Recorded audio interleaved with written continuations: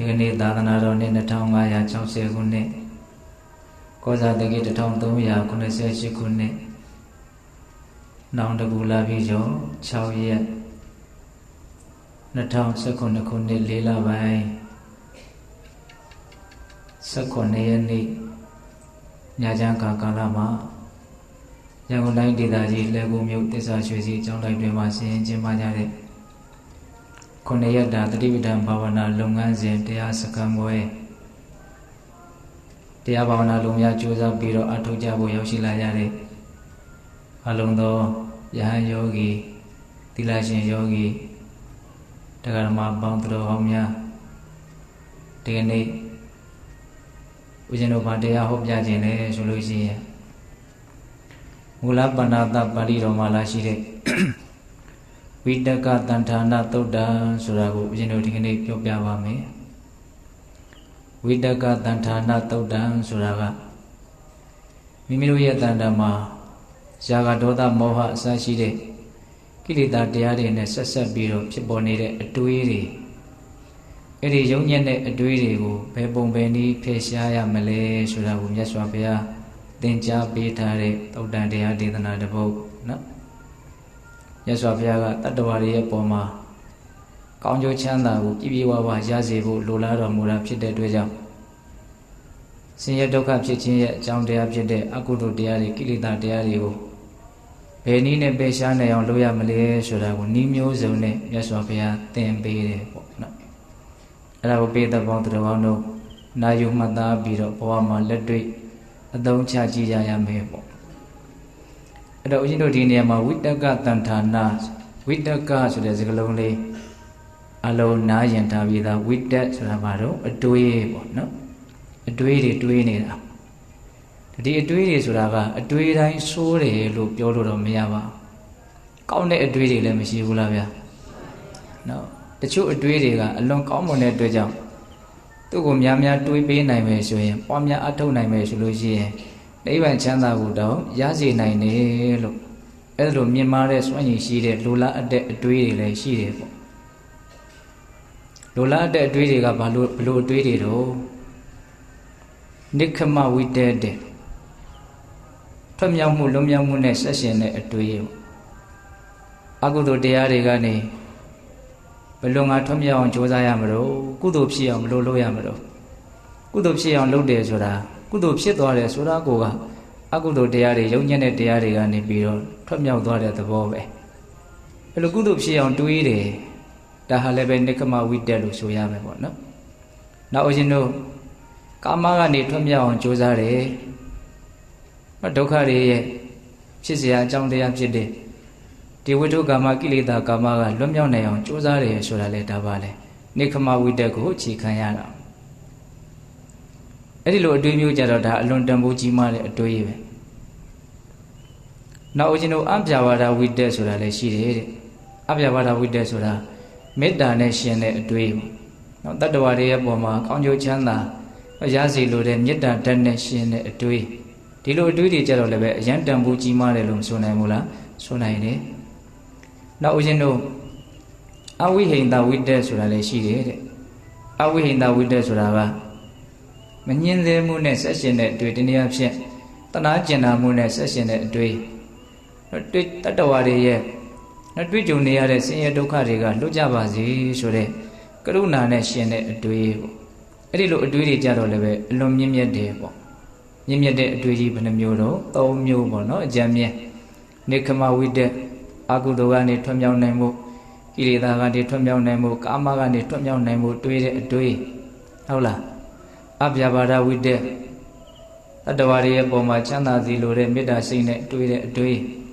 အဝိဟိန္ဒဝိတ္တတတ္တဝါတွေရဲ့ပုံမှာဆင်းရဲဒုက္ခလွတ်မြောက်သွားစီလိုတဲ့တနာကျင်နာမှုနဲ့ပတ်သက်တဲ့အတွေ့ဆိုတာအဲ့ဒီအတွေ့တွေကြတော့ဘာလို့ဖို့လို့တော့မွေးမြူဖို့လိုတယ်ကြီးထွားလာအောင်ကြိုးစားဖို့လိုတယ်ခုဒီနေရာမှာမြတ်စွာဘုရားကဖယ်ရှားဖို့ဟောကြားတဲ့အတွေ့တွေကဘလို့အတွေ့တွေတော့အဲ့ဒီပါဠိတော်ထဲမှာတော့ရာဂဒေါသမောဟနဲ့ဆက်ရှင်တဲ့အတွေ့ယုံညံ့တဲ့အတွေ့လို့အဲ့လိုဟောတယ်နောက်တချို့ပါဠိတော်ဒေသနာတွေတော်တော်များများထဲမှာတော့ကာမဝိတ္တဗျာပါဒဝိတ္တဝိဟိန္ဒဝိတ္တလို့မကောင်းတဲ့အတွေ့အသုံးမျိုးကိုအဲ့လိုဖော်ပြတာလည်းရှိတယ် အဲ့ဒီဖော်ပြချက်ကတော့နေရာတော်တော်များများမှာတွေ့ရတယ်ပေါ့နော်ကာမဝိတ္တဆိုတာဘာတော့ကာမဂုဏ်အာယုန်နဲ့ပတ်သက်တဲ့အတွေ့ကြည်လိုစိတ်မြင်လိုစိတ်နဲ့တွေးနေတာကြားခြင်းစိတ်နားထောင်လိုစိတ်နဲ့တွေးနေတာ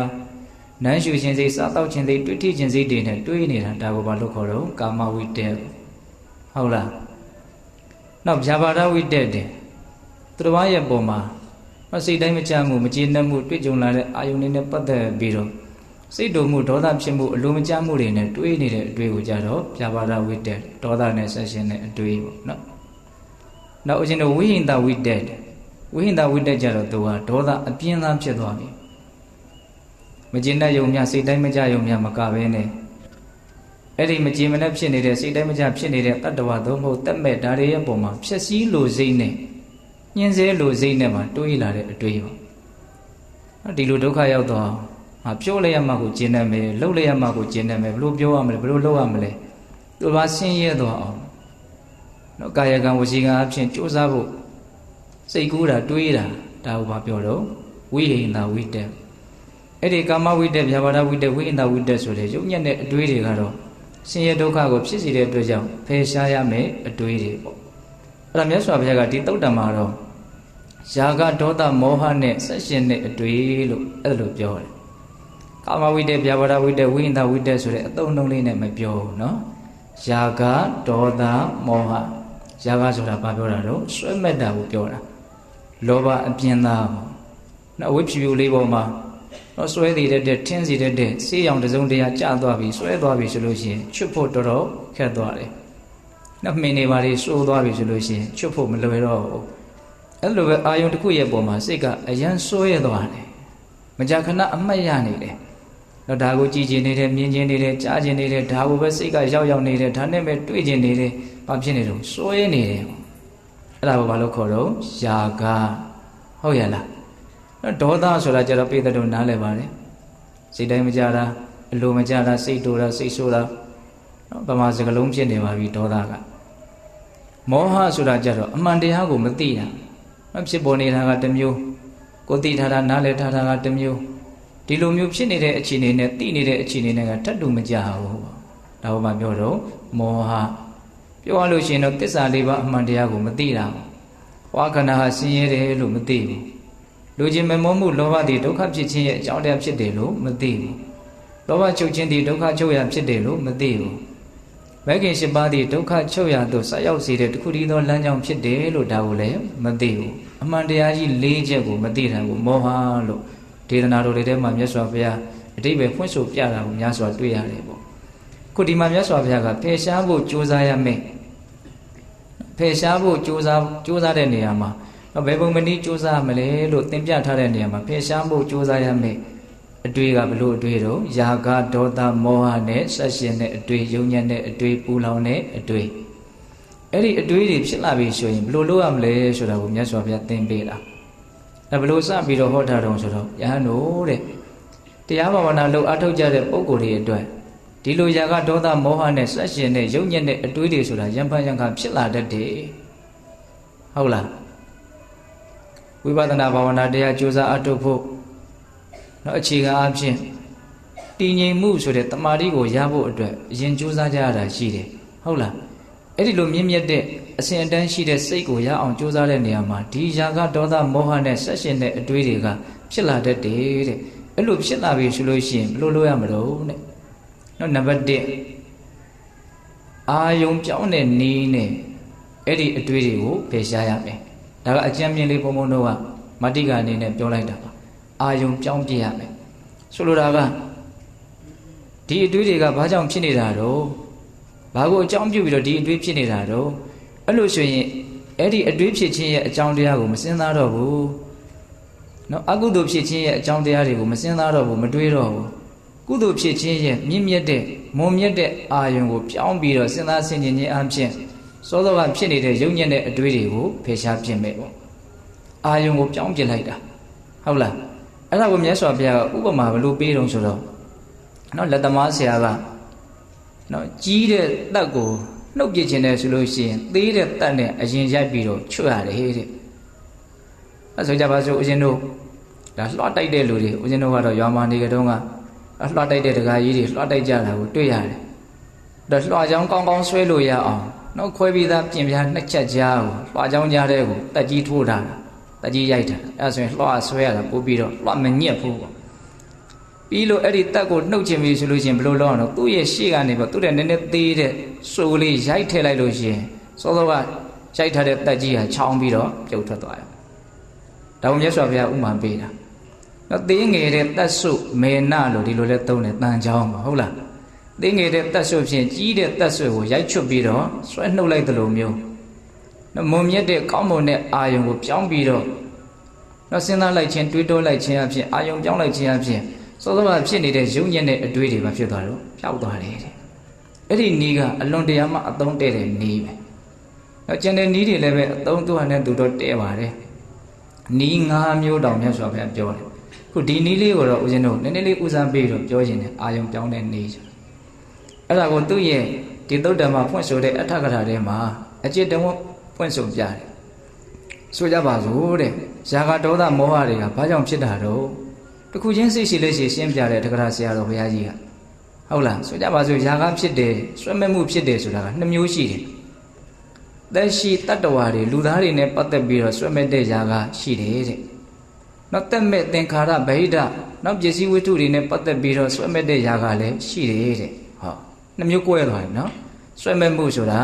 ာလူချင်းချင်းပုံမှာဖြစ်တဲ့ဆွဲမဲ့မှုရှိတယ်ပရိစ္ဆန်လေးတွေရဲ့ပုံမှာဆွဲမဲ့တဲ့ဇာကကောမရှိဘူးလားရှိရနော်အဲ့လိုပဲဦးဇင်းတို့သင်္ခါရတရားတက်မဲ့ဗဟိတဝတ္ထုပစ္စည်းတွေရဲ့ပုံမှာဆွဲမဲ့တဲ့ဇာကလည်းရှိတယ်အဲ့ဒါကိုကြောက်တော့အောင်ဘယ်လိုလုပ်အောင်မလို့ဆိုတော့ကိုယ့်ရဲ့ဇာကတတ္တဝါတွေရဲ့ပုံမှာဖြစ်နေတဲ့ဇာကဆိုလို့ရှိရင်တော့အတုပဘာဝနာဆိုတဲ့အတုပနမိတ်မတင့်တယ်ဘူးဆိုတဲ့ဒီအနေထားဒီအာယုံကိုမြင်အောင်အာယုံပြုခြင်းအဖြစ်စဉ်းစားခြင်းအဖြစ်အဲ့ဒီဇာကဆိုတဲ့ယုံညံ့တဲ့အတွေ့ကိုဖယ်ရှားပြရတယ်ဟောပိုင်းခြားပြီးတော့ပြောတာနော်သက်မဲ့တွေရဲ့အပေါ်ပစ္စည်းဝတ္ထုတွေရဲ့ပုံမှာဖြစ်နေတဲ့ဇာကဆိုရင်တော့အနိစ္စသဘောကိုစဉ်းစားပြီးတော့စဉ်းစားဆင်ခြင်ရမယ်တဲ့မတည်မြဲတဲ့သဘာဝပေါ့နော်မတည်မြဲတဲ့သဘာဝကိုစဉ်းစားဆင်ခြင်ခြင်းအဖြစ်သက်မဲ့အရာဝတ္ထုတွေရဲ့ပုံမှာဆွဲမဲ့နေတဲ့ဇာကကိုဖယ်ရှားရမယ်တော့ဒီနေရာမှာဦးဇင်းတို့သက်ရှိတွေရဲ့ပုံမှာဖြစ်တဲ့ဇာကဆိုရင်အတုပမတင့်တယ်တဲ့အာယုံကိုပြောင်းရမယ်ဟုတ်လားသက်မဲ့တွေရဲ့ပုံမှာဖြစ်နေတဲ့ဇာကဆိုလို့ရှိရင်အနိစ္စဆိုတဲ့မတည်မြဲမှုဆိုတဲ့အာယုံကိုပြောင်းယူရမယ်အဲ့တော့အတုပနဲ့ပတ်သက်ပြီးတော့ဒီနေ့ကလည်းပဲဦးဇင်းတို့အများကြီးပြောခဲ့ပါတယ်အဲ့ဒီသုတ်တံမှာဖွင့်ဆိုတဲ့တက္ကရာထဲမှာလည်းအများကြီးပြောထားတယ်တော့ငါဆွဲမဲ့နေတဲ့အရာကတကယ်ဆွဲမဲ့စရာကောင်းလို့လားတကယ်ဆွဲမဲ့စရာဟုတ်သလားကိုယ့်ကိုယ်ပဲစီစစ်ကြည့်ရမယ်တဲ့တော့7ကိုဆွဲမဲ့တာလားတော့သွေးတွေကိုဆွဲမဲ့တာလားအပေါ်ယံအုပ်ထားတဲ့အရေပြားကိုဆွဲမဲ့တာလားအမာကအယိုးကြီးကိုဆွဲမဲ့တာလားလွှမ်းခြုံထားတဲ့မုံမှန်ထားတဲ့အသားတွေကိုဆွဲမဲ့တာလားဓမ္မဘောထဲက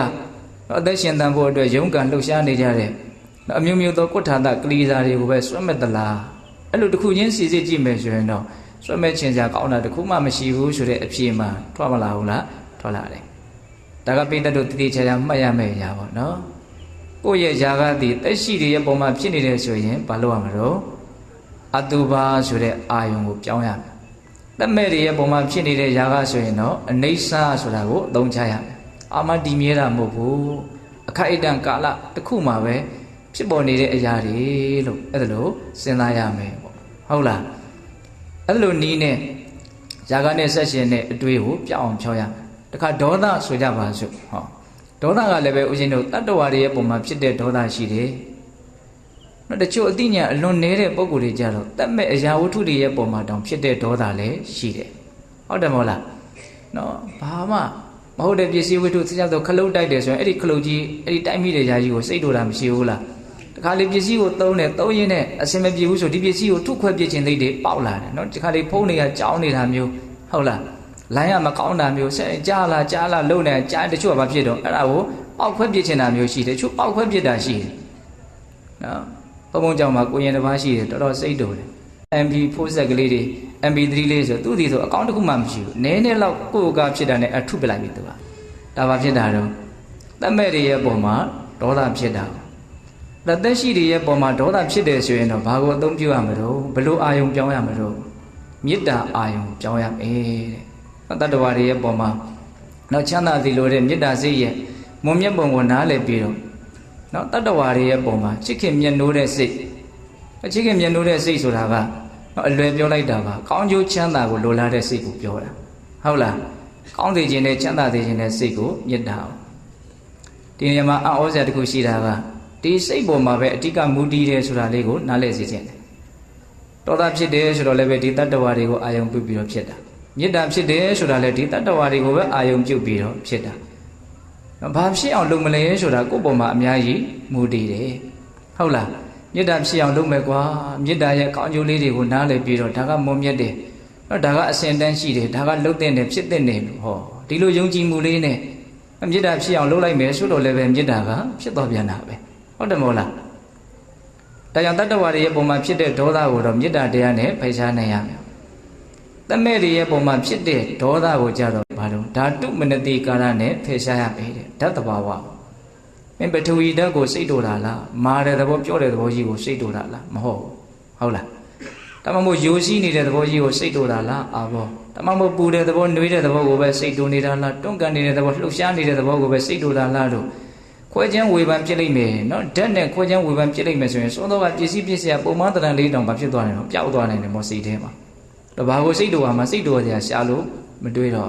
့ဟုတ်လားဒါကြောင့်ပိဿပေါင်းသူတော်ကောင်းတို့နော်ဒေါသနဲ့ဆက်ရှင်တဲ့အတွေးကိုတော့တတ္တဝါတွေနဲ့ပတ်သက်လာရင်မေတ္တာကိုအသုံးပြုရမယ်တမဲ့တွေနဲ့ပတ်သက်လာရင်တော့ဓာတုမနတိကာရကိုအသုံးပြုရမယ်အမှတ်မိဖို့လိုတယ်နော်ဇာကနဲ့ပတ်သက်လာရင်သက်ရှိတွေဆိုရင်တော့အတုပကိုအသုံးပြုရမယ်တမဲ့တွေဆိုရင်တော့အနိစ္စကိုအသုံးပြုရမယ်ဒေါသနဲ့ပတ်သက်လာရင်သက်ရှိဆိုရင်မေတ္တာကိုအသုံးပြုရမယ်တမဲ့ဆိုရင်ဓာတုမနတိကာရကိုအသုံးပြုရမယ်ဒါကမြတ်စွာဘုရားပြောပြထားတဲ့ဘဝမှာတကယ်ကိုအသုံးတည့်တဲ့ပညာရေးလို့ဆိုနိုင်ပါတယ်ဟုတ်လားဒါပညာသင်နေကြတာပဲနော်ပရိနိစ္စပိပညာကိုသင်နေတာဒီပညာကဘဝမှာချမ်းသာဖို့အတွက်အလွန်တရာမှနော်အသုံးတည့်တဲ့အလွန်တရာမှတန်ဖိုးကြီးမားတဲ့ပညာလို့ဆိုနိုင်မို့လားဆိုနိုင်တယ်တခါမောဟနဲ့ဆက်ရှင်တဲ့အတွေးတွေကြတော့ဘလို့လုပ်မလဲတဲ့အဲ့ဒါကိုလည်းပဲအထက်ကရာမှာဖွင့်ပြထားတာရှိတယ်ဒီနေ့မှာမောဟဆိုတာမှန်မှန်ကန်ကန်မသိတာစုံဖြတ်ချက်မချနိုင်ဘူးတိုးလို့တွေးတော့ပြီးတော့နော်ဝိသိကိစ္စတွေဘာတွေလဲတခါတလေဖြစ်လာတာရှိတယ်ဟုတ်လားမဝေခွဲနိုင်ဘူးမဆုံးဖြတ်နိုင်မသိရတာကိုကဆင်းရဲတာကြီးတစ်မျိုးဖြစ်တာမျိုးတခါတလေကြုံရဘူးလိမ့်မယ်မောဟထင်ရှားလာတာပေါ့နော်အဲ့ဒီလိုမျိုးမောဟနဲ့ဆက်ရှင်တဲ့အတွေးတွေဖြစ်လာပြီဆိုရင်တော့ဆရာကောင်းတမကောင်းနဲ့ပေါင်းတင်ဆက်ဆံပြီးတော့ဆရာကောင်းတမကောင်းကိုနှီးပြီးတော့လည်းပဲအဲ့ဒီမောဟကိုဖယ်ရှားနိုင်အောင်ကြိုးစားရမယ်တဲ့ဟုတ်လားပြီးတော့စာပေပရိယတ္တိရသော်ဘုရားဟောထားတဲ့ဒီဒေသနာတွေကိုလေ့လာလိုက်စားခြင်းအပြင်လည်းပဲအဲ့ဒီမောဟဓာတ်ကိုနည်းသွားအောင်ပါသွားအောင်ပျောက်သွားအောင်ကြိုးစားရမယ်အဲ့ဒီတည်းကကိုသိကျင်တာတွေသိစရာတွေအများကြီးနော်ပါလာပြီးတော့တိသွားပြီးတော့မောဟပျောက်သွားတာလည်းဖြစ်နိုင်တယ်နော်ဟုတ်လားပြီးတော့ဒီလိုလေးလာလို့မှမရဘူးဆိုရင်ကိုယ့်တက်တိတဲ့နားလေတဲ့ပုံကိုယ်တွေကိုမေးမြန်းရမယ်စုံစမ်းရမယ်တဲ့ဒါဘယ်လိုရှိတာလို့ဟုတ်လားအဲ့လိုမျိုးမေးမြန်းခြင်းဟာလည်းပဲမောဟနဲ့ရှင်တဲ့အတွေးတွေနေပါခြင်းရဲ့အကြောင်းဟုတ်လားပြီးတော့ဘာလို့အောင်ဆိုရံဖန်ရံခတရားဒေသနာကိုလည်းနာယူရမယ်တဲ့နော်သောတော်ကနော်စာသင်ရမယ်ဆိုတာကြတော့ तू ကစနစ်တကျနော်အစဉ်အတိုင်းကို तू ကဒီလိုသွားတာတရားနာတာကြတော့ तू ကဘလို့လာတော့ဟောပြတဲ့လူဟောထားတဲ့အတိုင်းနားထောင်တာကိုယ်လွဲမှုလေးတော့ရှိတယ်နော်ဒါပေမဲ့အဓိပ္ပာယ်ကတော့အရင်ကြီးကွာခြားတယ်လို့တော့မဆိုနိုင်ပါဘူးဘုရားရဲ့ဒေသနာတွေကိုလေ့လာကြတာပါပဲဟုတ်လားအေးနောက်ဆုံးဦးဇင်းတို့နောက်ဆုံးနည်းလေးကအကြောင်းဟုတ်သည်မဟုတ်သည်ကိုဆုံးဖြတ်ချက်ချတဲ့နည်းနဲ့လည်းပဲကိုယ့်ကိုစဉ်းစားဆင်ခြင်ပြီးတော့ဆုံးဖြတ်ချက်ချအောင်လုပ်ရင်းနဲ့လည်းပဲနော်မောဟဓာတ်တွေကိုနေပါတော့အောင်ကြိုးစားရမယ်ဟောဒါကဦးဇင်းတို့အာယုံပြောင်းတဲ့နည်းဆိုတာကနေပြီးတော့ကြည်ကြည်ပြည့်ပြည့်ဆက်ပြီးတော့နားလည်ထားရမယ်အကြောင်းအရာလေးတွေကိုပြောပြတာဟုတ်ရဲ့လားအဲ့ဒါဦးဇင်းတို့မောဟနဲ့ပတ်သက်လာလို့ရှိရင်နော်ဆရာကောင်းကိုမှီရမယ်စာသင်စာချမှုကိုပြုရမယ်မေးမြန်းရမယ်တရားဒေသနာကိုနားရမယ်အကြောင်းဟုတ်သည်မဟုတ်သည်ကိုဆုံးဖြတ်ချက်ချပြီးတော့လည်းပဲမောဟဓာတ်ကိုဖယ်ရှားနိုင်အောင်ကြိုးစားရမယ်တဲ့အဲ့ဒါဦးဇင်းတို့မကောင်းတဲ့အတွေးတွေယုံညံ့တဲ့အတွေးတွေကိုဖယ်ရှားဖို့ကြိုးစားတဲ့နေရာမှာနီလန်း9ရက်မြတ်စွာဘုရားသင်ပြပေးထားတာတဲ့ကအခုဒါနံပါတ်1နီလန်းဟုတ်လားကောင်းမြတ်တဲ့အာယုံပြောင်းယူခြင်းအပြင်ယုံညံ့တဲ့အတွေးတွေကိုဖယ်ရှားပြစ်မယ်ဥပမာကြီးတဲ့တတ်ဆုပ်ငယ်တဲ့တတ်ဆုပ်နဲ့နော်ရိုက်ချွတ်ပြီးတော့ဆွဲနှုတ်ပြစ်လိုက်တယ်လို့မျိုးဥပမာတစ်ခါတည်းမှတ်ရမယ်ဟုတ်လားနောက်ဦးဇင်းတို့ဒုတိယမြောက်မြတ်စွာဘုရားသင်ပြပေးတဲ့ယုံညံ့တဲ့အတွေးတွေကိုဖယ်ရှားတဲ့နည်းကဘာလဲဆိုတော့အဲ့ဒီဖြစ်ပေါ်နေတဲ့ယုံညံ့တဲ့အတွေးတို့ရဲ့အပြစ်အနာအစာကိုစဉ်းစားဆင်ခြင်ရမယ်တဲ့သူလည်းပဲတော်တော်ထိရောက်မယ်လို့ဦးဇင်းထင်ပါတယ် ဒီဖြစ်ပေါ်နေတဲ့ယုံညံ့တဲ့အတွေးတွေဟာနော်ဘာကိုအကြောင်းပြုပြီးတော့ဖြစ်လာတဲ့တော့ဆက်ပြီးတော့ဘလို့အကျိုးကျေးဇူးတွေကိုဖြစ်စေမှာတော့နော်သူ့ရဲ့နော်လားရာကဘာလဲဘာတွေဆက်ပြီးတော့ဖြစ်မှာလဲဒီကိစ္စကြီးอ่ะကောင်းတာတွေတော့ဘာမှဆက်ဖြစ်မှာမဟုတ်ဘူးနော်ဟုတ်တယ်မဟုတ်လားရှင်ရတာတွေပဲဆက်ဖြစ်မှာနော်အဲ့ဒီလိုမျိုးဦးဇင်းတို့ဒီယုံညံ့တဲ့အတွေးတွေရဲ့အပြစ်ကိုစဉ်းစားဆင်ခြင်ခြင်းအပြင်လည်းပဲကိုယ့်ရဲ့ယုံညံ့တဲ့အတွေးတွေဟာရပ်တန့်သွားနိုင်တယ်အဲ့ဒါကိုမြတ်စွာဘုရားဥမာဘလို့ပေးလဲဆိုတော့နော်လှခြင်းပါခြင်းနဲ့အရွယ်လေးလူလင်မျိုးလုံမမျိုးလေးရေမိုးချိုးပြီးကားသာပြီလိန်ပြင်ဆင်ပြီးကားသာတစုံတစ်ယောက်ကသူ့ကိုအနိုင်ထက်ပြုတ်ပြီးတော့နော်မွေကောင်ဘုတ်အပိုင်းအစကိုဖြစ်စီခွေးကောင်ဘုတ်အပိုင်းအစကိုဖြစ်စီသို့မဟုတ်လူကောင်ဘုတ်အပိုင်းအစကိုဖြစ်စီနော်လောက်တွေပါတွေကြာပြီးတော့နန်းစော်နေတဲ့ဟုတ်လားဒီအပုတ်အပိုင်းအစကြီးကိုသူ့ရဲ့လေပင်ကိုအတင်းအကျပ်တခါတည်းချုပ်နှောင်ပြီးတော့ဆွဲပေးထားမယ်ဆိုလို့ရှိရင်အဲဒီလူလင်မျိုးလုံမမျိုးဟာဒီအပုတ်ကောင်ဖြင့်သူဘာလို့တော့ယွန်ရှာတယ်ဆက်ဆုပ်တယ်ရှက်တယ်နော်အဲ့ဒီဥမာတိုင်းပဲတဲ့ဖြစ်ပေါ်နေတဲ့ယုံညံ့တဲ့အတွေးတွေရဲ့အပြစ်အနာစာကိုပဲပဲနေနေစဉ်းစားဆင်ခြင်ခြင်းအပြင်ဒီအပြစ်တွေရဲ့အပေါ်မှာဒီယုံညံ့တဲ့အတွေးတွေရဲ့အပေါ်မှာယွန်ရှာတဲ့စိတ်ဆက်ဆုပ်တဲ့စိတ်ဟုတ်လားဒါတွေကိုမမြတ်နိုးတဲ့စိတ်တွေနဲ့ဒါတွေကဘာဖြစ်သွားနိုင်နော်ပျောက်သွားနိုင်တယ်ဖယ်ရှားပြီးသားဖြစ်သွားနိုင်တယ်ဒါကြောင့်ဒီယုံညံ့တဲ့အတွေးတွေရဲ့အပြစ်တွေကိုလည်းပဲအများကြီးသိအောင်မြင်အောင်ကြိုးစားရမယ်နော်ຢာကနဲ့ရှင်တဲ့အတွေးဒေါသနဲ့ရှင်တဲ့အတွေးမောဟနဲ့ရှင်တဲ့အတွေးဒီအတွေးတွေကများလာပြီဆိုလို့ရှိရင်ဝစီကံဆိုပြီးတော့နော်ယုံညံ့တဲ့အပြောတွေကိုဆက်ပြီးတော့ဖြစ်စေလိမ့်မယ်ထပ်ပြီးတော့ဦးဇင်းတို့မထိန်နိုင်ဘူးဆိုလို့ရှိရင်ကာယကံဆိုပြီးတော့ယုံညံ့တဲ့အလုပ်တွေကိုဆက်ပြီးတော့ဖြစ်စေလိမ့်မယ်အဲ့ဒီလိုကာယကံမြောက်ဝစီကံမြောက်နော်ရုပ်ရုံရင်ရင်ကြင်ကြင်ထန်ထန်ဖြစ်တဲ့အနေအထားတွေရောက်သွားပြီဆိုလို့ရှိရင်တော့နော်အလွန်ကြီးကျယ်တဲ့ယုံညံ့တဲ့ဆိုးကျိုးကိုပေးဖို့အတွက်အများကြီးအခွင့်သာသွားပြီဟုတ်တယ်မဟုတ်လားဦးဇင်းတို့အခုအပေလေးပုံမှာဒုက္ခရောက်နေကြတဲ့တတ္တဝါတွေဟာတကယ်စင်စစ်ဒီယုံညံ့တဲ့အတွေးတွေကိုပဲအကောင့်ထဲပေါ်ပြီးတော့ယုံညံ့တဲ့ကံတရားတွေကိုပြုတ်ပြီးတော့ယုံညံ့တဲ့အကျိုးရလဒ်တွေကိုရရှိနေကြတာ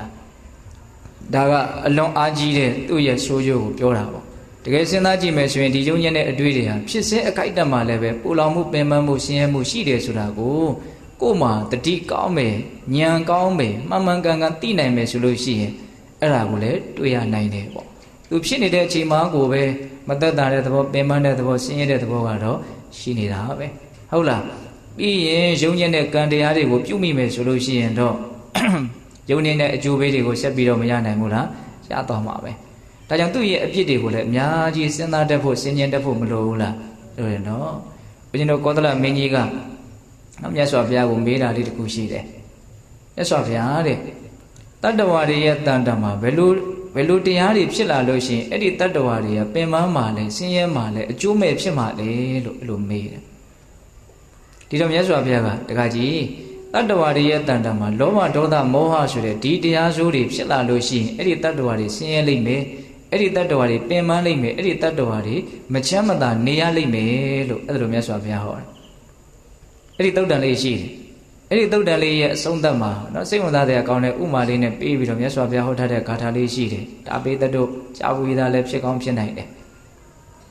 လောဘောဒေါသောစမောဟောစပုရိတံပါပစေတတံဟိန္တန္တိအတ္တတံဗုဒ္ဓဒဇတာရံဝတံဖလံတတ္တဝါတွေရဲ့တန်တမှာလောဘဒေါသမောဟဆိုတဲ့နော်အလိုဆန္ဒတွေမကျေနပ်မှုတွေတူဝေမိုင်မဲမှုတွေဒါတွေဖြစ်လာပြီဆိုလို့ရှိရင်ဒဇတာရံဝတံဖလံအခွန်လေးရဲ့အနှစ်ရှိတဲ့အပင်ရဲ့အသီးဟာအဲ့ဒီအပင်ကိုပဲပြန်ပြီးတော့တတ်တယ်လို့မျိုးအဲ့ဒီလောဘဒေါသမောဟကအဲ့ဒီတတ္တဝါကိုအသေးတက်လိမ့်မယ်လို့အဲ့လိုဟောတာအခွန်လေးရဲ့အနှစ်ရှိတဲ့အပင်ဆိုတာဘာပြောတာလဲဝါပင်တို့ကျူပင်တို့ပြောတာနော်ဝါပင်ရဲ့ဝါသီးဟာဝါပင်ကိုတတ်တယ်ကျူပင်ရဲ့ကျူသီးဟာကျူပင်ကိုတတ်တယ်ငပြောပင်ရဲ့ငပြောသီးဟာငပြောပင်ကိုတတ်တယ်ဟုတ်လားပေပင်ရဲ့ပေသီးဟာပေပင်ကိုတတ်တယ်ဒါကတတ်တလို့ဒီဦးဇင်းတို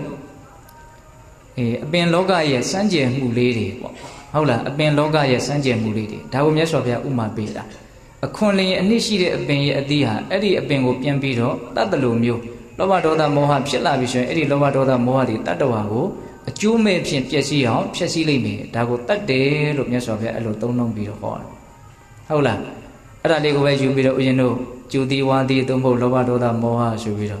နောက်တစ်ချိန်တုန်းကဟောခဲ့တဲ့တရားသုံးဖို့ကိုပြန်ပြီးတော့စာအုပ်လေးပေါင်းထုတ်ထားတာတောင်ရှိတယ်ဟုတ်လားအဲ့တော့ပြောချင်တာကဘာတော့တိတော်မူမြင်တော်မူတဲ့မြတ်စွာဘုရားရှင်ကိုရမြတ်ကြီးကဒီမကောင်းတဲ့ယုံညံ့တဲ့စိတ်တွေဒီအတွေးတွေဟာတ တတ္တဝါတွေကိုဘလောက်ထိဆင်းရဲဒုက္ခဖြစ်သွားစေနိုင်တယ်ဆိုတာကိုသိနိုင်တယ်မြင်နိုင်တယ်သိလို့မြင်လို့လည်းပဲသိသိမြင်သိအားလျော်စွာဟောခဲ့တယ်ပြောခဲ့တယ်ပေါ့သို့တော့ခက်နေတာကဒကာဓမ္မတို့ဦးဇင်းတို့တွေကတခါတလေတချို့စကားလုံးတွေကကြားယုံပဲကြားလိုက်တာတကယ်မသိဘူးဟုတ်လားဒါဦးဇင်းတို့လည်းဒီတိုင်းပဲအဲ့ဒါကိုကိုယ်တိုင်ခံစားရတယ်တချို့ဟာကြားယုံပဲကြားလိုက်တာကြားတော့ကြားလိုက်တယ်ဒါပေမဲ့နဲ့တကယ်သိသွားတာမဟုတ်ဘူးသိတော့သိတယ်လို့ပဲဟုတ်လားဒါပေမဲ့ထပ်ပြီးတော့သိဖို့လိုသေးတယ်ထပ်ပြီးတော့နဲ့ဘယ်အတိုင်းတာထိသိရအောင်မလဲတော့မသိဘူးဆိုတာမျိုးတွေတောင်ရှိတယ်ဟုတ်လားဒါကြောင့်အတိတို့ရဲ့နော်တဘာဝလည်းပဲအလွန်တရာမှနဲ့တဲ့သဘောရှိတယ်နော်ကိုယ့်ဟာကိုယ်တော့တခါလေးသိတယ်လို့ထင်တာပဲနောက်တစ်ချိန်ကျတော့အဲ့ဒါတည်းပို့ပြီးတော့လေးလေးနဲ့သိလာပြီဆိုတော့မှဩငကိုယ်တော့မှသိခဲ့တာကနော်အလွန်အပေါ်ရန်ဆံပါလားလို့သိရတာမျိုးလည်းရှိသေးတယ်ဟုတ်လားအဲ့ဒါကိုထောက်ဆသောအဖြစ်နောက်ထပ်တိသွားကြရည်အများကြီးရှိနိုင်တယ်ဆိုတာကိုနားလည်ရမယ်သဘောပေါက်ရဲ့လားအေး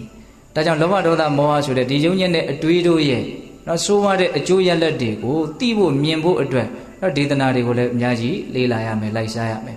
နော်သူတော်ကောင်းတွေပြောထားတာတွေကိုလည်းအများကြီးမှတ်သားထားရမယ်တခါတလေမှတ်သားမှုမရှိတဲ့အတွက်ကြောင့်ကြားတော့ကြားခဲ့ဘူးတယ်ဒါပေမဲ့ပြန်ပြီးတော့စဉ်းစားရမရှိဘာလို့တော့မှတ်မထားပဲကိုဟုတ်လား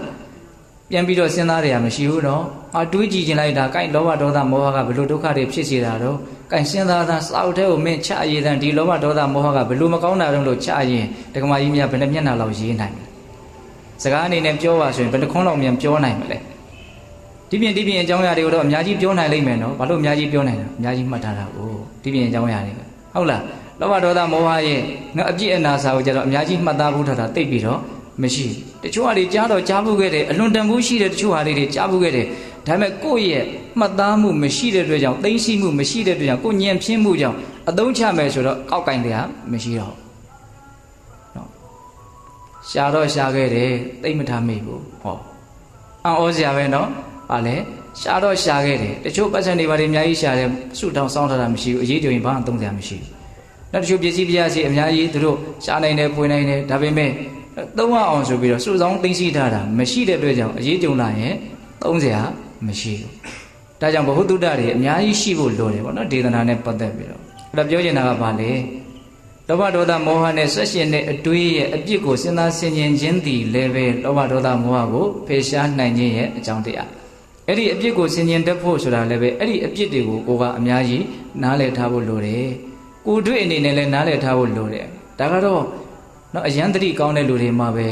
လွယ်ကူမယ်လို့ထင်တယ်နော်လောဘဒေါသမောဟဖြစ်တိုင်းကိုဘယ်လိုခံစားရတော့ဘယ်လိုတွေမှားတတ်တော့ပြီးရင်ဘာတွေဆက်ဖြစ်တော့အဲ့ဒါတွေကိုနားလည်မှာတိတ်တော့မလွယ်ဘူးလို့ထင်တယ်နော်ဟုတ်လားအဲ့တော့ကိုယ်တွေရောစာတွေရောအများကြီးနားလည်ပြီးတော့စဉ်းစားဆင်ခြင်မယ်ဆိုလို့ရှိရင်အဲ့ဒီလောဘဒေါသမောဟရဲ့ပုံမှာနော်လှခြင်းပခြင်းနဲ့လူလင်မျိုးလုံမပြိုလေး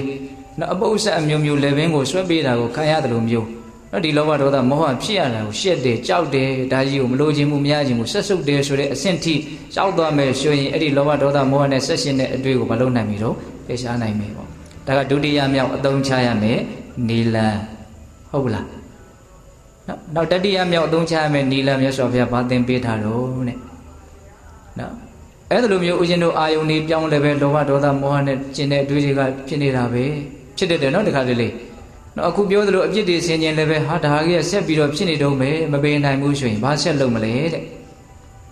အဲ့ဒီလိုဆက်ဆက်မှုနဲ့ဟောတာပါမြတ်စွာဘုရားသောတော်ကနီးတွေနဲ့အသုံးချပြီးတော့ကြိုးစားကြည့်တယ်နော်လောဘဒေါသနဲ့ဆက်ရှင်တဲ့အတွေ့ကတွေးနေတော့မယ်ဆိုရင်ဘာဆက်လုပ်မလဲတဲ့အဲ့လိုဆိုလို့ရှိရင်တဲ့အဲ့ဒီလောဘဒေါသမောဟဖြစ်เสียအကြောင်းတရားတွေကိုမကြံစီဘဲနဲ့မစင်သားဘဲနဲ့နှလုံးမသွင်းဘဲနဲ့မအောင်မိဘဲနဲ့မေ့ပြောက်ထားလိုက်ပါတဲ့ဟုတ်လာ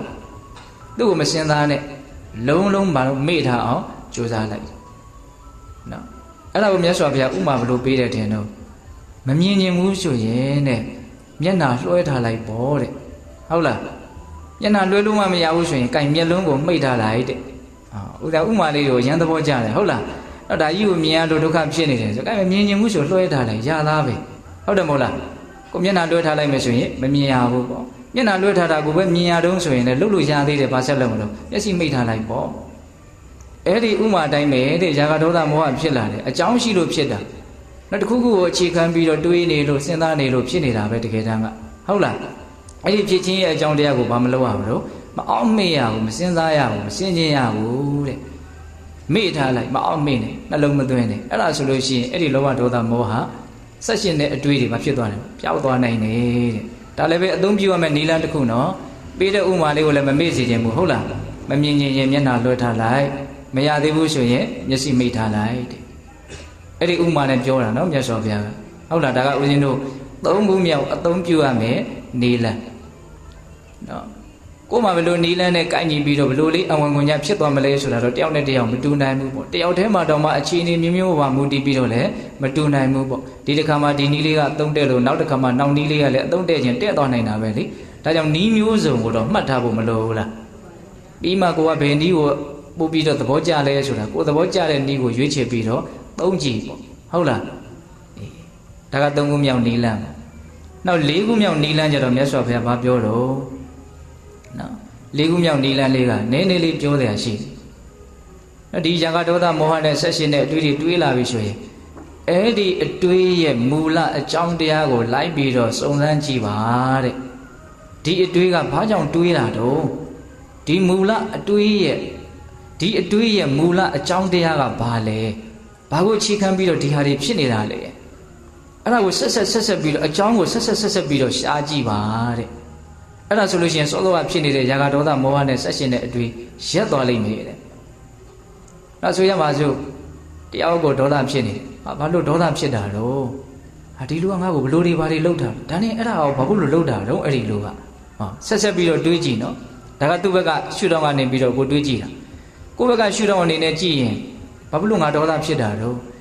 နော်ငါမြစ်တာမထားနိုင်လို့ပေါ့ငါတွေ့ကြုံနေတဲ့ဒီအခြေအနေစိတ်တူစရာအခြေအနေကိုစိတ်မတူအောင်ငါမလုပ်တတ်လို့ပေါ့ငါရဲ့နှလုံးသွင်းနေညံ့ဖြစ်နေလို့ပေါ့တကယ်လို့ငါမြစ်တာဖြစ်အောင်လုပ်မယ်ဆိုရင်လည်းလုပ်လို့ရတာပဲဘာလို့ငါဒေါသဖြစ်တော့ငါရဲ့နှလုံးသွင်းမှားယွင်းခြင်းတည်းဟူသောအကြောင်းကြောင့်ငါဒေါသဖြစ်ရတာဘာကိုသွားတွေ့တော့အာယောနိသောမနတိကာရကိုသွားတွေ့တယ်နော်ဒါမြင်အဲ့ဒါကြီးရောဘာလို့ဖြစ်တာတော့ငါတတိမရမိဘူးငါမိမိရော့နေတယ်တမမို့ငါသူတော်ကောင်းနေနဲ့မပေါင်းမိဘူးငါဘလို့တွေဖြစ်နေတယ်ငါမှားယွင်းမှုရဲ့အကြောင်းတရားတွေဘာတွေဖြစ်နေတယ်အကြောင်းတွေကိုထပ်ပြီးတော့အကြောင်းထပ်ပြီးတော့ဘာလို့တော့ရှာတာသူကနည်းနည်းလေးနဲ့တဲ့သဘောရှိတယ်ဟုတ်လားဒီအတွေးကိုဘာကြောင့်တွေးတုံးလို့အကြောင်းရှာတယ်တွေးပြီးဆိုရင်အဲ့ဒီဟာကဘာကြောင့်ဆက်ဖြစ်တာတုံးလို့ထပ်ပြီးတော့အကြောင်းကိုရှာမယ်အဲ့ဒီလိုနီးနဲ့ဒီယုံညံ့တဲ့အတွေးတွေကိုရပ်တန့်သွားအောင်ကြိုးစားရမယ်တဲ့မကောင်းဘူးလားအဲ့ဒါကိုမြတ်စွာဘုရားဥမာဘလို့ပေးတော့ဆိုတော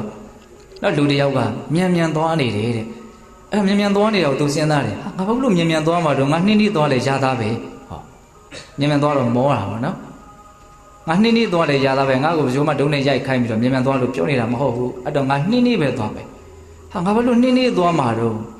့ငါရက်နေမယ်ဆိုရင်လေရသားပဲရက်နေတာပို့တတ်တာလားပေါ့နှင်းသွားတဲ့ဆိုင်ရက်နေတာမတတ်တာဘူးလားတတ်တာငါဘာလို့ရက်နေမှာတော့ငါထိုင်းနေရင်လေရသားပဲထိုင်တာကရက်တာတဲ့ပုံမတတ်တာဘူးလားတတ်တာလေငါဘာလို့ထိုင်းနေမှာတော့ငါတက်တောင့်တက်တာလေးတာတာလေးတုံလုံးလေးလှဲနေလိုက်ရင်လေရသားပဲဆိုတော့တာတာလေးအိပ်ပေါ်လျောင်းဆက်နေတယ်တဲ့တော်တက်တာသွားပြီဒါဥမာပေးရနော်မြတ်စွာဘုရားတော့ယုံညံ့တဲ့အတွေးတွေတွေးနေတယ်ဆိုတာတကယ်တမ်းကပေါင်းဆိုမြန်သွားနေတဲ့သဘောပဲဟုတ်လားဒီအတွေးရဲ့အကြောင်းတရားတွေကိုရှားပြီးရှင်ဒါနှင်းလေးသွားတဲ့သဘောဖြစ်သွားတယ်နည်းနည်းတက်တာသွားတယ်ဘာကြောင့်ဒီအတွေးတွေဖြစ်လာလဲလို့အကြောင်းတရားကိုရှားပြီးတော့အဲ့ဒီအကြောင်းတရားကိုပေးနိုင်မယ်ဆိုလို့ရှိရင် तू ရက်တန့်သွားပြီပြီးရင်ပေးနိုင်မယ်ဆို तू ထိုင်သွားပြီပြီးရင် तू လျောင်းဆက်သွားပြီဒါကအထက်ကရာထဲမှာပြတတ်တဲ့နှိုင်းရှင်ထားတဲ့ဥမာဥမေယဆက်ပြီးတော့ပြောထားတာလေးကိုပြောတာပါမြတ်စွာဘုရားကတော့အဲ့လောက်ကြီးအသေးစိတ်ပြီးတော့မပြောပါ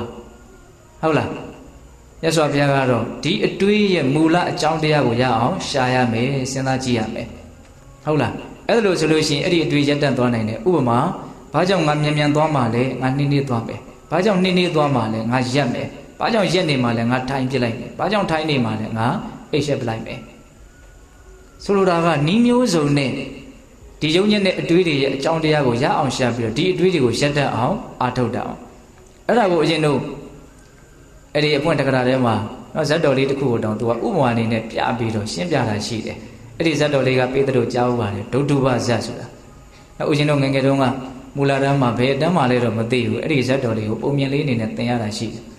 ်နော်မြေပြိုပြီဆိုပြီးတော့ယုံတကောင်ကပြေးတာကြားဘူးတယ်မဟုတ်လားနောက်ယုံတကောင်ကနောက်အုပ်ရှင်းပင်အောင်မှာအိတ်တာ နော်အုတ်ရှိပင်အောက်မှာအိတ်တာအဲ့ဒီအုတ်ရှိပင်သားမှာထပင်ကလည်းရှိတယ်နောက်ထပင်ရှိပြီဆိုရင်တော့ထွေး6တွေပါတွေကလည်းကျွေးနေတာရှိတာပေါ့ဟုတ်လားအဲ့ဒါသူကအဲ့ဒီထွေး6နားလေးကပ်ပြီးတော့အိတ်ပြောနေတာအဲ့ဒီလိုကောင်းကောင်းနှိမ့်နှိမ့်ချချအိတ်နေတော့မှာပဲနောက်အုတ်ရှိပင်ပေါ်ကအုတ်ရှိသေးကအဲ့ဒီထွေး6ပေါ်ကိုကျွေးကြတယ်ဘုံမနိုင်တိုင်းကနေဖြစ်သွားမှာပေါ့နော်ဒုဒုပဆိုတဲ့အတန်ကြားနော်ဒုံဒုံဆိုတဲ့အတန်ကြားလိုက်တယ်ဆိုတဲ့သဘောပါအဲ့ဒီအတန်ကြားလိုက်တာနဲ့လန့်လို့ပြီးတော့တခါတည်းထပြေးတော့တာပဲသူကငိုတော့ကစဉ်းစားနေတာဘလို့စဉ်းစားနေတာတော့ငါမြည်မြန်းပြိုရင်ဘယ်မြန်းပြေးရပါမလို့သူကစဉ်းစားနေဟုတ်လားအဲ့လိုစဉ်းစားနေတော့ကိုအဲ့ဒီအတန်ကြီးကကြားလိုက်တာတိုက်ဆိုင်မှုပေါ့နော်အဲ့ဒီလိုအတန်ကြားတာကသူစဉ်းစားနေတော့ကြီးကိုနော်သူငိုတော့ကစဉ်းစားခဲ့တဲ့အခြေအနေရှိတယ်နော်အဲ့ဒီအချိန်မှာအိပ်ပျော်နေတော့မှာပဲအဲ့ဒီအတန်ကြားလိုက်တော့တခါတည်းမြည်ပြိုပါပြီဆိုပြီးတော့ထပြေးအဲ့ဒီလိုပြေးတဲ့ခါကျတော့တမင်နေနဲ့တွေ့တော့ဘာလို့ပြေးတာတော့မေးတယ်တဲ့တမင်နေဟာမြေပြိုပြီမင်းတို့မသိဘူးလားပြေးကြဆိုတော့ဟိုကောင်တွေကလည်းဘုရားဝါဒနဲ့ပြေးဟာသူတို့ပြေးကြတာကိုကြည့်ပြီးတော့တောဝက်တွေကလည်းပဲဘာလို့ပြေးတာလဲမြေပြိုပြီဆိုတော့ဟိုးနဲ့ပြေးတော့အုပ်စုကြီးဖြစ်သွားတယ်အုပ်စုကြီးဖြစ်တော့နောက်ထပ်မြင်တဲ့ကောင်တွေဘာလို့ပြေးတော့မြေပြိုတယ်အုပ်စုလိုက်ပြောတယ်ဆိုတော့ကျန်တဲ့လူကလည်းယုံတယ်ပေါ့နော်ကျန်တဲ့တတ္တဝါတွေလောကကြီးကလည်းဒီသဘောတော့ရှိတာအမှန်ပဲတယောက်ကဖွာလိုက်ပြီဆိုရင်နောက်ကလူတွေကဟုတ်နှုံးတို့တခါတည်းရှောက်ပြီးတော့ယုံညတာနော်ကောလဟလဆိုတာအဲ့ဒါပေါ့နော်အတိညာနှုံနဲ့မိုက်မဲတဲ့လူတွေပဲများတဲ့အတွက်ကြောင့်စူးစမ်းဆင်ခြင်မှုအားနည်းတဲ့လူတွေပဲများတဲ့အတွက်ကြောင့်လောကကြီးကလှုပ်စေခြင်းနဲ့ဆိုရင်တော့နော်အကြံစီနဲ့တကယ်ကိုပဲလှုပ်အောင်လုပ်မယ်ဆိုရင်တော့လှုပ်သွားတာအမှန်ပဲနော်တချို့စိတ်တဲ့ညံဖြစ်တဲ့လူတွေနော်ရုပ်မှာကောက်ကျစ်တဲ့လူတွေကအဲ့ဒီအချက်ကိုနားလည်ပြီးတော့လှုပ်ကြတာတွေရှိတယ်အားတယ်ဖြစ်တဲ့လူတွေကဘာဖြစ်ကုန်လှုပ်ကုန်ရောဟုတ်လားကိုလည်းပဲပြေးတာနော်အဲ့လိုနဲ့ပြေးရင်နောက်ကြားတွေပြေးတယ်ဆင်းတွေပြေးတယ်အကုန်လုံးပြေးကြတယ်ပြေးတော့မှအဲ့တော့ဘုရားလုံးမှာဘာဖြစ်နေတာတော့နော်ချင်းသိမင်းဖြစ်နေတယ်အဘလို့ပြေးကြတာတော့ဝေယုံသုံးကနဲ့ပြေးနေအဲ့ဒီမှာဟိန်းဟောင်းလိုက်မှအကုန်ရက်သွားတာအဲ့တော့မင်းတို့ဘာလို့ပြေးကြတာတော့မြေပြိုလို့တယ်ဘယ်သူပြောတော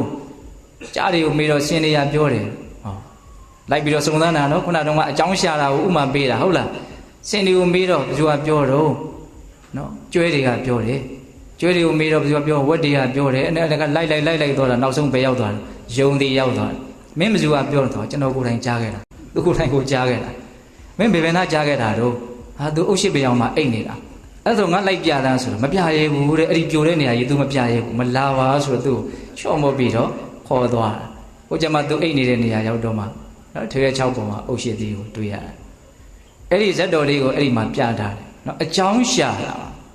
နော်ဒီအတွေးတွေဘာကြောင့်ဖြစ်တာလဲလို့ဒီအတွေးတွေးရခြင်းရဲ့အကြောင်းတရားကိုဆင်ကဲလိုက်ပြီးတော့ရှာသွားတာဟုတ်လားအဲ့ဒီဇက်တော်လေးနဲ့အဝင်ဝင်ညဖြစ်လို့အဲ့ဒီအဖွင့်တက္ကရာမှာအဲ့ဒါလေးကိုပြောထားတာဟုတ်ရဲ့လားဒါကြောင့်တရားဓမ္မတို့ဦးဇင်းတို့ရဲ့ယုံညံ့တဲ့အတွေးတွေဖြစ်လာပြီဆိုရင်ဒီအတွေးတွေဘာကြောင့်ဖြစ်တော့ဒါကြောင့်ဖြစ်တယ်ဟုတ်ပြီအဲ့ဆိုရင်အဲ့ဒါကဘာကြောင့်ဖြစ်တော့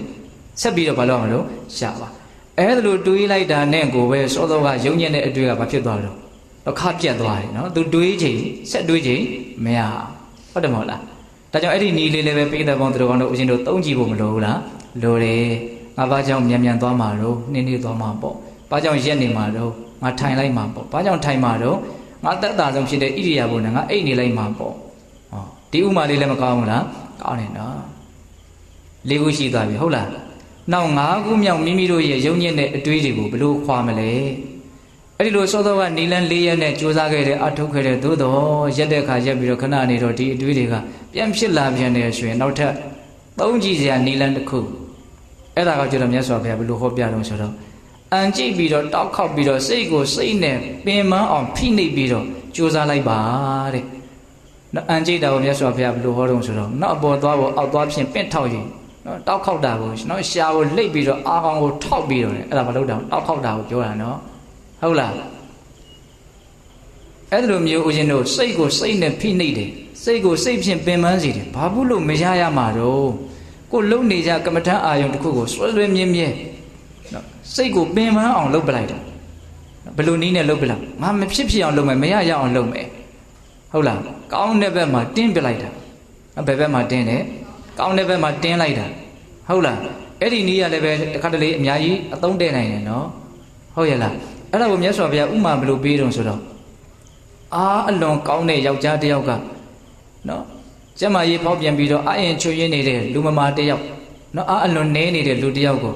နော်ခေါင်းကနေလက်ပင်ကနေကင်ပြီးတော့လက်ဖက်နှစ်ဖက်ကိုချုပ်ပြီးတော့တခါတည်းသူ့ကိုအတင်းဖိနှိပ်ညှစ်ပစ်ထားလိုက်တယ်လို့မျိုး ဟုတ်လာ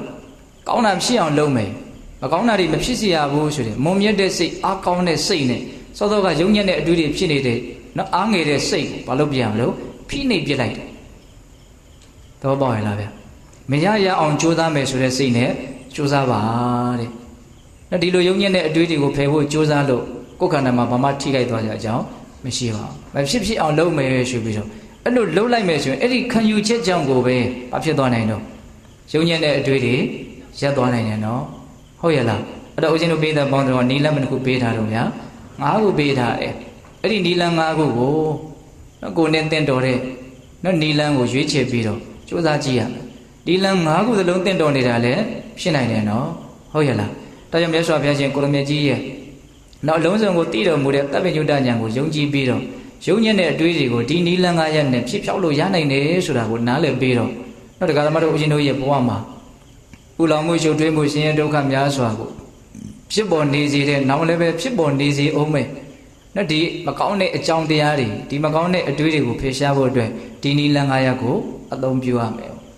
အဲ့တော့အသုံးပြုခြင်းနဲ့ဆိုလို့ရှိရင်တစ်ချိန်မှာအသုံးပြုနိုင်ဖို့အတွက်ဒီနီလန်းကိုဘာလုပ်ထားဖို့လို့မှတ်သားထားဖို့လိုတယ်နော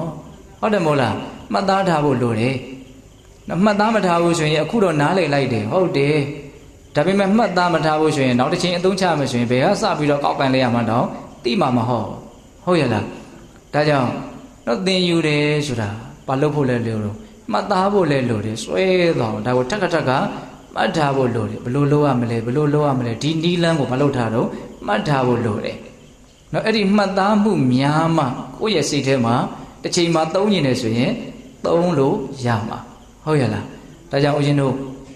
နော်မှတ်သားမှုအားကောင်းအောင်လည်းပဲနော်တတိကြီးထားပြီးတော့နားထောင်တတ်ဖို့လည်းလိုတယ်ဟုတ်လားအတိပ္ပယ်ကိုနားထောင်တဲ့ကိုကစရှင်းရှင်းလင်းလင်းဖြစ်အောင်လည်းပဲဆွေးဆိုင်နားထောင်ဖို့လည်းလိုတယ်ပေါ့နော်နားထောင်တော့ကနားလေခဲမ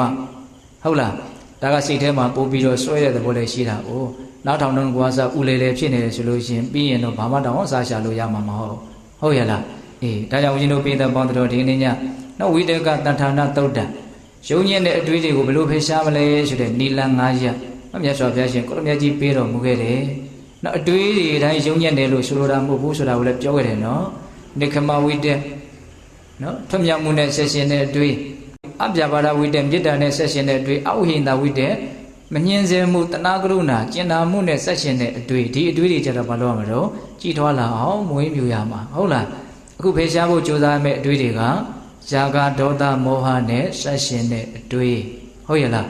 နံပါတ်1အသုံးပြုရမယ့်နိလန်းကအာယုံပြောင်းတဲ့နေဟုတ်လားအာယုံပြောင်းတဲ့နေမြင့်မြတ်တဲ့အာယုံစားထိုးမယ်ပေါ့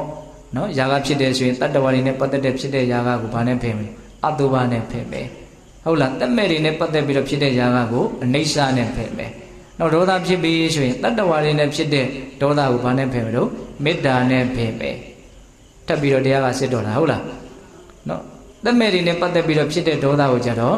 ့ဓာတုမနတိကာလနဲ့ဖယ်မယ်နော်မောဟနဲ့ပတ်သက်ပြီးတော့ဖယ်ရှားတဲ့နိလန်းကိုတော့နော်ဆရာကောင်းတမကောင်းအမိပြုပြီးတော့နေရမယ်စာသင်မှုကိုပြုရမယ်ပရိယတ္တိစာပြီးပေါ့နော်မေးမြန်းစုံစမ်းမှုလုပ်ရမယ်နော်တရားဒေသနာကိုအခါအားလျော်စွာနာယူရမယ်အကြောင်းဟုတ်သည်မဟုတ်သည်ကိုကိုယ်တိုင်ဆုံးဖြတ်နိုင်အောင်ကြိုးစားပြီးတော့ဆုံးဖြတ်ရမယ်ဟုတ်လားဒါဆိုလို့ရှိရင်မောဟဓာတ်တွေကိုဖယ်ရှားနိုင်တယ်ပေါ့ဒါနံပါတ်1နိနောက်နံပါတ်2ကပါတော့အပြစ်ကိုစဉ်းစားဆင်ခြင်တဲ့နိနော်ဒီရာဂဒေါသမောဟနဲ့ဆက်ရှင်တဲ့အတွေးတွေဟာနော်ယုံညံ့တဲ့ကာယကံဝစီကံမနောကံတွေကိုဖြစ်စေပြီးတော့ယုံညံ့တဲ့အကျိုးပေးတွေကိုဆက်လက်ပြီးတော့ဖြစ်ပေါ်စေလိမ့်မယ်လို့အ ਨੇ ဆုံးတော့အဲ့ဒါလောက်အပြစ်ကိုနားလည်ထားဖို့မလိုဘူးလားအဲ့လိုအပြစ်ကိုတက္ကစဉ်းစားဆင်ခြင်မယ်ဆိုရင်လည်းပဲဒီယုံညံ့တဲ့အတွေ့ဟာပျောက်သွားနိုင်တဲ့ဥပမာမွေကောင်ပုတ်ခွေးကောင်ပုတ်ကိုလေပင်ဆွဲခံပေးရတယ်လို့မျိုးထိခံစားချက်ပြင်းထန်သွားနိုင်တယ်ပေါ့ဟုတ်လားယုံညံ့တဲ့အတွေ့တွေကိုဖြောက်ခြင်းစိပေါက်ပြီးတော့နော်ပျောက်အောင်လုံနိုင်သွားတဲ့အနေအထားထိရောက်သွားနိုင်တယ်ပေါ့နောက်နံပါတ်3ကပါတော့မအောင်မေးနဲ့မစင်စားနဲ့မစင်ချင်းနဲ့နှလုံးမသွင်းနဲ့အဲ့ဒီကိစ္စနဲ့ပတ်သက်ပြီးမေ့ပြောက်ထားလိုက်ဥပမာမမြင်ခြင်းရင်မကြည့်နဲ့ပေါ့မျက်နှာလွှဲထားပေါ့ဟုတ်လားအဲ့လိုမှမရဘူးဆိုရင်မျက်စိမိတ်ထားလိုက်ပေါ့ဟုတ်လားနောက်နံပါတ်4ကဘာပြောတော့နော်ကြံစီစဉ်းစားခြင်းရဲ့အကြောင်းမူလအကြောင်းတရားတွေကိုလိုက်ပြီးတော့ရှားရမယ်ဒီတွေးတွေဘာကြောင့်ဖြစ်တာတော့လို့အကြောင်းတရားကိုလိုက်ပြီးတော့ရှားရမယ်ငါဘာလို့မြန်သွားမှာတော့နှင်းသွားမှာပေါ့ဘာလို့နှင်းသွားမှာတော့ငါရက်မှာပေါ့ဘာလို့ရက်နေမှာတော့ငါထိုင်မှာပေါ့ဘာလို့ထိုင်မှာတော့ငါအိတ်ရက်နေမှာပေါ့လို့ဟောအဲ့ဒါတော့မြတ်စွာဘုရားပေးတဲ့ဥမာပေါ့ဟုတ်လား နောက်ဦးဇင်းတို့၅ခုမြောက်နေရပါတော့အန်ကြည့်၍တောက်ခေါက်၍နောက်ဖြစ်ပေါ်နေတဲ့ဒီမကောင်းတဲ့စိတ်ကိုနောက်ကောင်းအောင်ဖြစ်အောင်လုပ်မယ်ဆိုတဲ့စိတ်နဲ့မလုပ်တော့ဖိနှိပ်ပြီးတော့ပင်ပန်းစေပြီးတော့ကောင်းအောင်ဖြစ်အောင်ကောင်းတာဖြစ်အောင်ကြိုးစားရမယ်ဟုတ်လားဥပမာအာကောင်းမောင်းတန်ယောက်ျားသည်အာအင်ချိနေတဲ့ယောက်ျားကိုအကုန်လုံးနော်ကိုင်ချုပ်ပြီးတော့ဖိနှိပ်ညှစ်ပစ်လိုက်တယ်လို့မျိုးပေါ့နော်ကိုယ့်ရဲ့စိတ်ကိုကိုယ့်ရဲ့စိတ်နဲ့ပဲမလုပ်အောင်တော့ပြန်ပြီးတော့ဖိနှိပ်ရမယ်လို့အဲ့လိုပြောတယ်ဟုတ်လားဒါကြောင့်ပိဋကပေါင်းတော်ကဒီနီလ၅ရပ်ကိုမှတ်သားပြီးတော့နော်လက်တွေ့အသုံးချမယ်ဆိုတဲ့စိတ်ကလေးနဲ့မှတ်သားမယ်ဆိုရင်တော့ပို့ပြီးတော့မှတ်သားနိုင်တယ်ပေါ့မှတ်မိနိုင်တယ်ပေါ့နော်အေးဒါကြောင့်ဒီကနေ့ညဝိတကတဏ္ဍာနာသုတ်တံကိုနာယူကြည်ညိုခဲ့ကြတယ်မိမိတို့ကြိုးစားအထောက်နေကြတဲ့နော်တရားဘာဝနာလုပ်ငန်းစဉ်နော်ဒီຢာကဒေါသမောဟနဲ့ဆက်ရှင်တဲ့အတွေ့အကြုံတွေးလာပြီဆိုလို့ရှိရင်နံပါတ်1မြင့်မြတ်တဲ့အာယုံကိုပြောင်းပြီးတော့ယူတဲ့နည်းကတော့များစွာအသုံးတည့်နိုင်တယ်ပေါ့ဟုတ်လားဒါကြောင့်အခုနော်ဒီခန္ဓာမှာဖြစ်ပေါ်နေတဲ့သဘာဝတရားတွေရဲ့ပုံမှာသတိထားနေခြင်းကိုကစပြီးတော့မြင့်မြတ်တဲ့နော်အနေအထားကိုရောက်အောင်ကိုကြိုးစားနေရမရောက်ဘူးလားရောက်တယ်နော်ဟုတ်လားဒါကိုလည်းပဲနားလည်ဖို့လိုတယ်နော်ဒါကြောင့်အပမဒါဆိုတဲ့တတိတရားလက်ကင်ထားပြီးတော့ပေတပေါင်းသူတော်ကောင်းတို့နောက်ဆုံးအားရှိတဲ့မြတ်တရားဘာဝနာလုပ်ကိုကြိုးစားအထောက်ပြီးတော့နောက်ဆုံးမဲ့ညာပုညမျက်နှိပ်ပံကိုမျက်မှောက်ပြုတ်နိုင်ကြတဲ့သူတော်ကောင်းတွေဖြစ်ကြပါစေလို့ဦးဇင်းတို့ဆန္ဒပြုပြီးတော့ဒီကနေ့ညပေတပေါင်းသူတော်ကောင်းတို့ပြုလုပ်ကြိုးစားထားကြရတော့ဒါနသီလသမာဓိပညာကုသိုလ်ကောင်းမှုအစွတ်စွတ်တို့ရဲ့စွမ်းတတ္တိကြောင့်တရားတပည့်တော်တို့သည်မဲ့ညာပုညမျက်နှိပ်ပံကိုလင်းမြန်ထုတ်ချောက်မျက်မှောက်ပြုတ်ပြရစေကုန်သောဟုပတ္တနာအောင်စုပြုကြကုန်ရာတည်း